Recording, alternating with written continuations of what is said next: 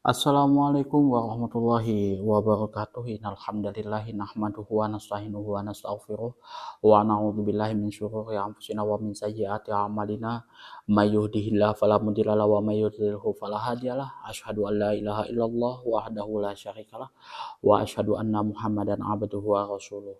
Allahumma sholli ala sayyidina Muhammad wa ala ali sayyidina Muhammad kama sholaita ala sayyidina Ibrahim wa ala ali sayyidina Ibrahim wa barik ala sayyidina Muhammad wa ala ali sayyidina Muhammad kama barakta ala sayyidina Ibrahim wa ala ali sayyidina Ibrahim fil alamin innaka Hamidum Majid. Rabbi shrah li sadri wa yassir li amri wahlul 'uqdatam min lisani yafqahu qawli amma ba'du. Hadirin hadirat jamaah kaum muslimin wal muslimat yang dirahmati oleh Allah Subhanahu wa taala. Di sini kita akan membahas tentang hadis nomor 432, yang mana hadis ini membahas tentang makmum masbuk. Kalau misalkan kita masbuk ya, ketinggalan, imam sudah melakukan sholat, nah apa yang mesti harus kita lakukan? Seperti itu. Apakah kita nunggu imam dulu selesai sholat, ataukah kita mengikuti gerakan imam dan lain sebagainya? Seperti apa nanti? Ini nanti kita akan bahas di sini ya. Wa an Ali radhiyallahu anhu qala Nabi sallallahu alaihi wasallam idza ata ahadukumus sholata wal imamu ala halin falyasna kama yasnaul imam, rawahu Tirmidzi bi isnadin dhaifin ya. Dari Ali radhiyallahu an, semoga Allah meridhoi atas beliau, qala telah berkata, qala Nabi sallallahu alaihi wasallam, telah bersabda Nabi sallallahu alaihi wasallam, iza ata ahadukumus sholata, apabila kalian mendatangi salah satu di antara kalian mendatangi sholat, wal imamu ala halin, yang mana imam tersebut sudah berada dalam posisi sholatnya, falyasna, maka lakukanlah sholat kalian kama yasnaul imam, sebagaimana yang imam lakukan. Rawahu Tirmidzi, hadis ini diriwayatkan oleh Imam Tirmidzi bi isnadin dhaif, dengan sanad yang dhaif. Dan hadis ini memperkuat hadis yang sebelumnya yang sudah kita bahas sebelumnya di hadis 426, yang mana apabila kita mendengar azan dan iqamah, maka kita jalan pelan-pelan dengan tenang dan anggun. Itu ya, apabila kita melihat imam sudah posisi rakaat pertama, ya kita lakukan rakaat pertama. Kalau misalkan rakaat kedua, ya kita lakukan rakaat kedua, kayak gitu. Jangan sampai pada saat kita mau melaksanakan sholat dalam keadaan terburu-buru, napas ngos-ngosan. Seperti itu ya. Ini bisa jadi penguat kepada hadis yang hadis nomor 426. Kemudian makna keseluruhannya di sini adalah sesungguhnya imam tersebut diangkat hanya untuk diikuti ya. Karena itu makmum dianjurkan bergabung dengan imam dalam bagian manapun sholatnya, dari sholatnya imam tersebut, baik dalam keadaan berdiri, ruku, sujud, seperti itu, untuk merealisasikan pengertian iktidal atau mengikuti di sini dan mengamalkan apa yang disebutkan dalam sunnah. Jadi posisi apapun imam, kita harus ikuti. Kalau misalkan dia posisi ruku, ya kita ruku. Kalau sujud, ya sujud. Nah, tata caranya itu adalah seperti ini ya. Kalau dulu waktu saya diajarkan itu, yang pertama kita berdiri terlebih dahulu, kemudian kita takbiratul ihram, kemudian tenang, baca Al-Fatihah, baru bukan baca takbiratul ihram, kemudian langsung misalkan posisi imam sujud, ya sujud. Kalau misalkan posisi imam ruku, ya ruku, seperti itu ya.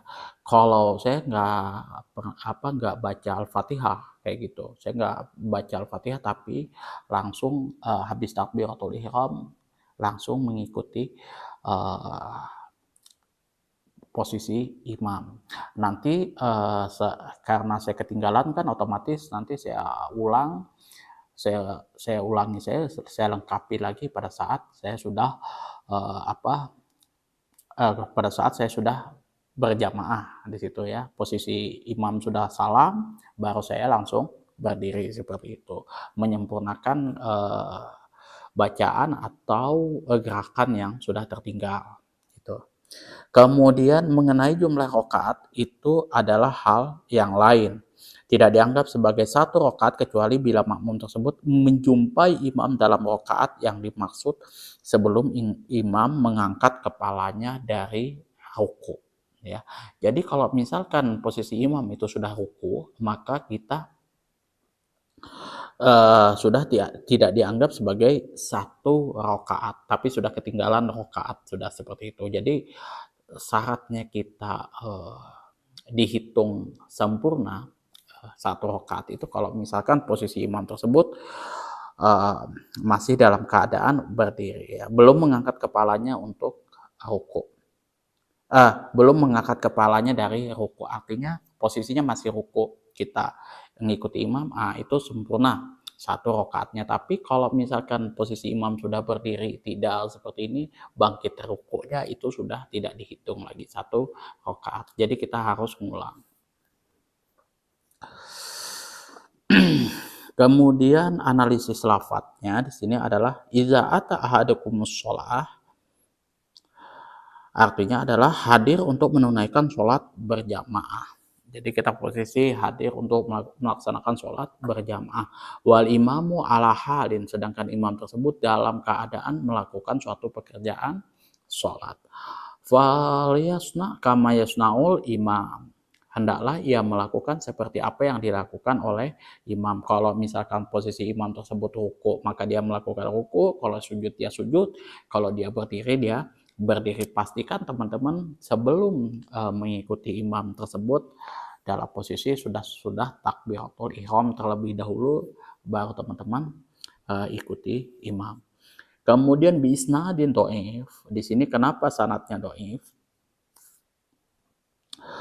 Karena hadis ini diketengahkan oleh Imam At-Tirmidzi melalui Ali dan Mu'az radhiyallahu an. Hanya di dalam sanadnya terdapat kelemahan dan inqita, terpotong.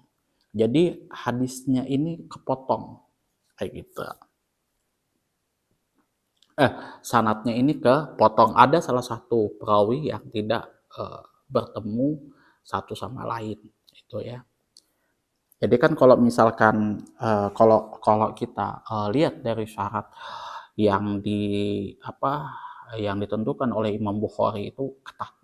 Jadi kalau misalkan kategori orang yang bertemu itu betul-betul ketemu, hidup sezaman, kemudian memang dia berguru sama gurunya kayak gitu ya. Jadi dia face to face kayak gitu sudah bertemu. Tapi kalau syarat dari Imam Muslim itu enggak seperti itu. Cuman hidup sezaman sudah cukup. Oh, ini berarti ketemu. Uh, Analisisnya Imam Muslim ini jauh lebih mudah, lebih simpel ketimbang Imam Bukhari. Makanya kalau misalkan waktu teman-teman coba bandingkan antara kitab Sahih Bukhari dan Sahih Muslim, itu masih ada berbagai macam kritikan di dalam kitab Sahih Muslim, karena ya memang syarat-syaratnya juga dia nggak begitu ketat ketimbang Imam Bukhari. Kalau Imam Bukhari itu betul-betul ketat, dia punya standar itu. Bahkan ya kalau misalkan peletakan hadis yang pertama itu dari orang-orang yang memang betul-betul dipercaya, yang punya intelektualitas tinggi, itu pertama, kedua itu ya. Baru kalau misalkan hadis yang kedua, ketiga, keempat, nah baru yang muridnya yang ya nggak begitu inilah kayak gitu. Tapi kalau Imam Muslim enggak. Jadi ya masih ada beberapa syarat yang memang dia tidak begitu ketat kayak gitu. Tapi ya antara Sahih Bukhari dan Muslim ini ya memang sudah yang sahih lah, sesuai dengan standarnya ulama-ulama hadis itu ya. Kemudian fikih hadisnya adalah seseorang yang menjumpai imam diwajibkan bergabung dengannya dalam bagian manapun dari sholatnya. Apabila imam tersebut sedang berdiri atau ruku, maka makmum mendapat hitungan rakaat sesuai dengan bagian yang didapatinya bersama imam. Jadi kalau misalkan posisi imam tersebut sedang berdiri atau ruku lah, ini batasnya ini ruku, maka dia masih mendapati rakaatnya, mendapat hitungan rakaatnya sesuai bagian sholat yang didapatinya bersama imam. Tapi kalau sudah posisi imam tersebut sudah berdiri, sami Allahu liman hamidah, tidak seperti itu, ya sudah, berarti dia lepas tuh. Kalau misalkan posisi imam tersebut sudah 1 rakaat nih, mau kedua rakaat, maka ya sudah, rakaat pertamanya lepas ya. Jadi dia masuk di rakaat kedua. Kalau misalkan posisi imam itu sudah itidal pada rakaat kedua, maka rakaat keduanya juga yang makmum masbuk ini loss ya. Jadi dia mengikuti imam pada rakaat yang kedua, dihitung di rakaat kedua kayak gitu. Di rakaat ketiganya kayak gitu. Jadi pada saat imam sudah selesai salam, kita berdiri. Jadi yang ketinggalan itu dihitung 2 rakaat seperti itu ya.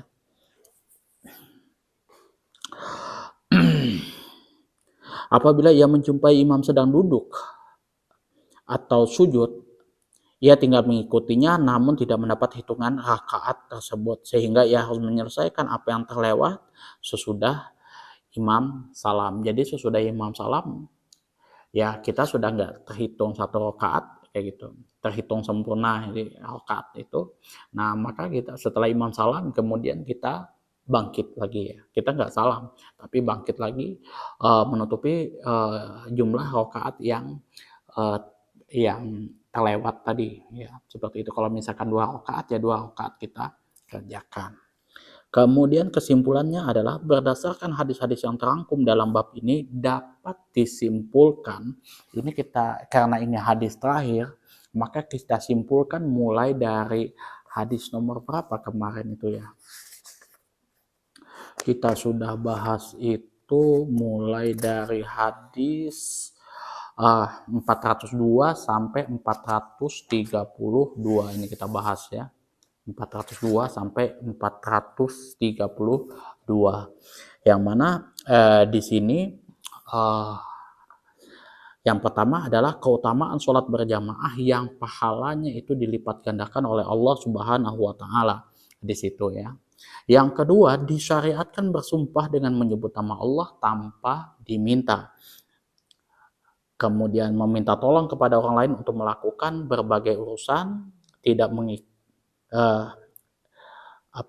tanpa dimintanya ya. Kemudian kita juga meminta tolong kepada orang lain untuk melakukan berbagai macam urusan, ini juga sudah kita bahas kemarin di hadis-hadis sebelumnya. Kemudian juga tidak mengikuti sholat berjamaah karena suatu uzur ya, misalkan ada masalah, musibah dan lain sebagainya, itu bisa, boleh. Kemudian juga kita berjamaah dalam mengerjakan sholat sunnah, itu juga boleh, kita berjamaah dalam mengerjakan sholat sunnah.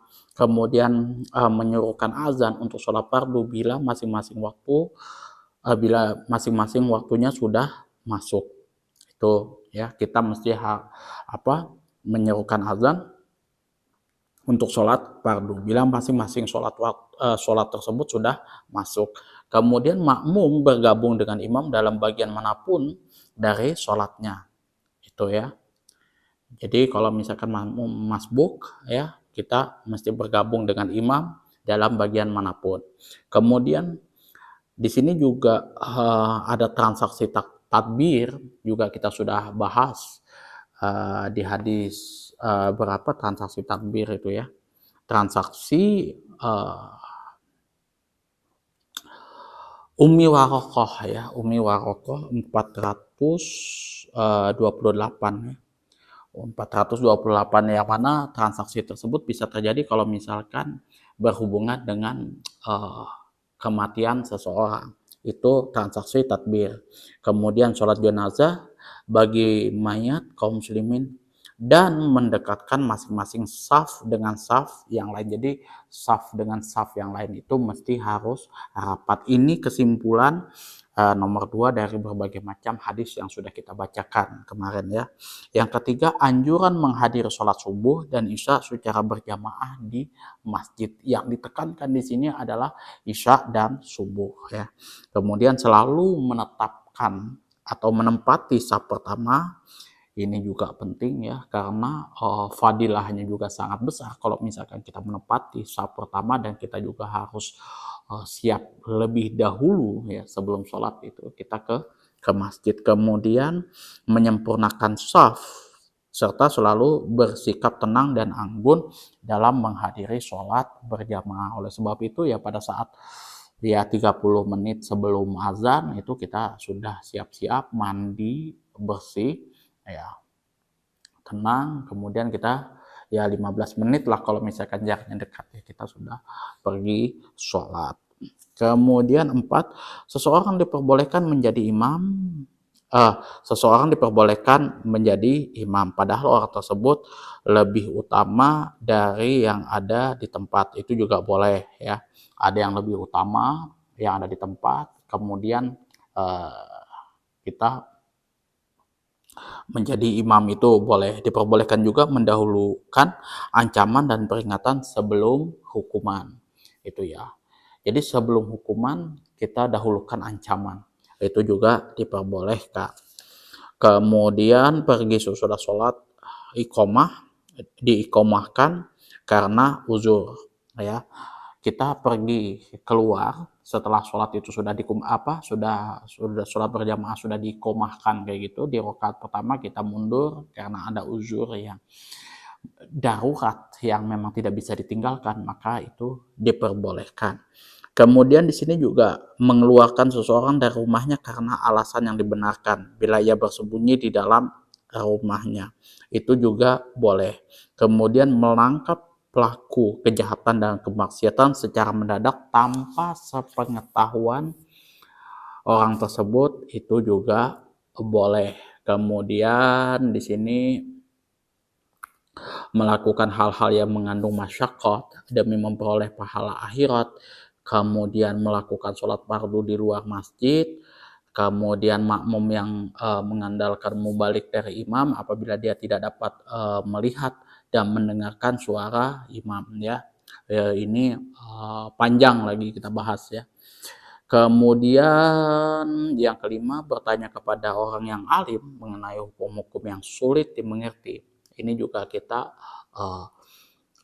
bagus ya untuk teman-teman bertanya kepada orang yang lebih alim kalau misalkan ada masalah yang lebih sulit lagi yang memang saya tidak bisa pecahkan, seperti itu. Kemudian yang keenam, memperhatikan kondisi orang-orang ketika menjadi imam, itu juga penting ya. Kita perhatikan dulu kondisi orang-orang ketika menjadi imam. Yang ketujuh, memerintahkan orang yang ahli dalam hal keutamaan untuk melakukan kebaikan dan meringankan sholat, tetapi tetap memelihara kesempurnaannya. Jadi ya kita meringankan sholat tersebut ya, kita tidak memberatkan orang ketika melaksanakan sholat berjamaah, tapi tetap menjaga kesempurnaan sholat tersebut. Kemudian yang ke-8, keutamaan sholat sunat di dalam rumah dan keutamaan Abu Bakar As-Siddiq daripada sahabat yang lainnya. Ini juga sudah dibahas di hadis-hadis sebelumnya.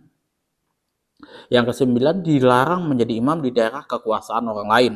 Begitu pula duduk di atas permadani yang khusus bagi pemilik rumah tersebut. Ya kayak misalkan di sini ada ruang khusus untuk misalkan bos kita kayak gitu, yang tuan rumah di sini, ya kita jangan tempati di situ. Itu ya. Bagaimanapun kondisinya, saya nggak bakalan mau duduk-duduk di situ, menempati di situ atau tidur di situ kayak gitu. Wanita tidak boleh menjadi imam bagi laki-laki. Ini juga tidak boleh ya. Kemudian yang ke-11, makruh bagi orang Arab pedalaman menjadi imam untuk orang muhajir. Demikian pula menjauhi saf pertama ya. Jadi Kalau orang Arab pedalaman itu makruh menjadi imam untuk orang Arab muhajir kayak gitu ya, karena pada saat itu ya orang Arab pedalaman waktu itu masih masih terbelakang pada waktu itu, belum mengetahui seluk-beluk hukum syariat agama Islam. Itu kenapa ya dihukumi makruh, bukan rasis ya. Kemudian yang ke-12 dianjurkan meluruskan shaf di sini. Yang ke-13 salah satu mukjizat Rasulullah Shallallahu alaihi wasallam yaitu dapat memberitakan mati syahid bagi Ummu Warokoh di masa mendatang. Itu salah satu mukjizat Rasulullah Shallallahu alaihi wasallam, tapi tidak semuanya. Ini ketika Rasulullah Shallallahu alaihi wasallam diberitahu oleh Allah Subhanahu wa taala melalui malaikat Jibril, tidak semuanya Rasulullah tahu. Itu ya. Itu yang harus teman-teman perhatikan. Kayak gitu. Kalau misalkan orang yang cenayang bisa tahu masa depan dan lain sebagainya, bisa dibukakan hal-hal goib, saya antara percaya dan tidak percaya hal-hal begitu ya. Walaupun ya saya pernah lihat uh, makhluk goib itu seperti apa, kemudian suasananya seperti apa ya, walaupun saya nggak dibalikkan berhadapan dengan goib seperti itu ya, saya juga nggak pernah mau mencari masalah yang seperti itu ya, itu mencari masalah. Pokoknya saya ya berusaha membentengi diri saya untuk tidak kesurupan, tidak tidak diganggu oleh makhluk goib, dan saya juga tidak mau mengganggu privasi makhluk goib seperti itu ya. Kalau kamu di sana ya silahkan di sana, kalau saya lihat di sini ya di sini. Kita punya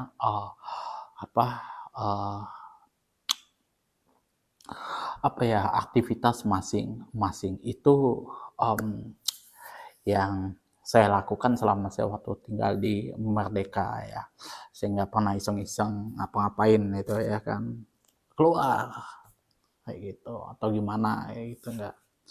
Cuman ya kondisi saya pada waktu ngelihat sesuatu yang goib itu ya, kayak misalkan hantu cewek itu ya kan, itu posisinya kamera tuh nggak on kayak gitu. Nah, tapi kalau misalkan kita kamera itu sudah kita siapkan apa segala macam, wujudnya nggak ada kayak gitu kan. Wah, ini aku sudah bawa waktu itu spot kamera. Pada waktu itu kamera spot punya adekku, waktu itu dia beli harga 1 juta. Kemudian sudah posisi siap, kamera sudah sudah posisi merekam, kemudian di tempat itu di mana dia kayak gitu kan, standby sudah kayak CCTV, dan nggak ada wujudnya sama sekali, nggak kelihatan di situ ya.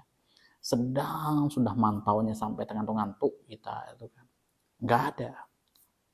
Tapi kalau misalkan kita posisi nggak siap, lagi capek apa segala macam, tahu ada. Itu yang kesalnya itu. Padahal kan itu lumayan loh buat ya, mungkin saya simpan pada waktu itu, masukkan di YouTube sebagai Google AdSense. Wah, bagus gitu kan, tapi ya wallahu alam. Susah sih, memang susah. Tapi ya kalau posisi kamera kita nggak on apa segala macam, maka ada aja gangguan seperti itu ya. Yang ke-14 di sini keutamaan sholat berjamaah itu berbeda-beda sesuai dengan jumlah orang-orang yang menghadirinya. Ini juga sudah kita bahas ya. Jadi kesimpulannya tidak bisa saya bacakan satu persatu ya. Ada yang saya lompati, terutama di nomor 4 sama nomor 4 ya. Itu enggak saya baca itu ya, karena ini juga menyingkat waktu juga. Kepada teman-teman ya, mungkin ada penyampaian saya di hadis ini ya, di video ini atau di video-video sebelumnya mungkin tidak sesuai dengan ekspektasi teman-teman semuanya. Ada kata saya yang menyinggung hati teman-teman, kemudian ada kata-kata yang saya tidak pantas, itu saya baik itu disengaja ataupun tidak disengaja, itu saya mohon maaf yang sebesar-besarnya. Apabila ada saran, kritikan, masukan, dan juga pertanyaan atau juga bantahan, silahkan teman-teman atur di kolom komentar, kita diskusikan sama-sama, karena saya juga masih banyak belajar, masih banyak hal lagi yang saya perlu pelajari, baik itu terutama ya masalah ilmu fikih ya, yang saya geluti, yang saya senangi itu.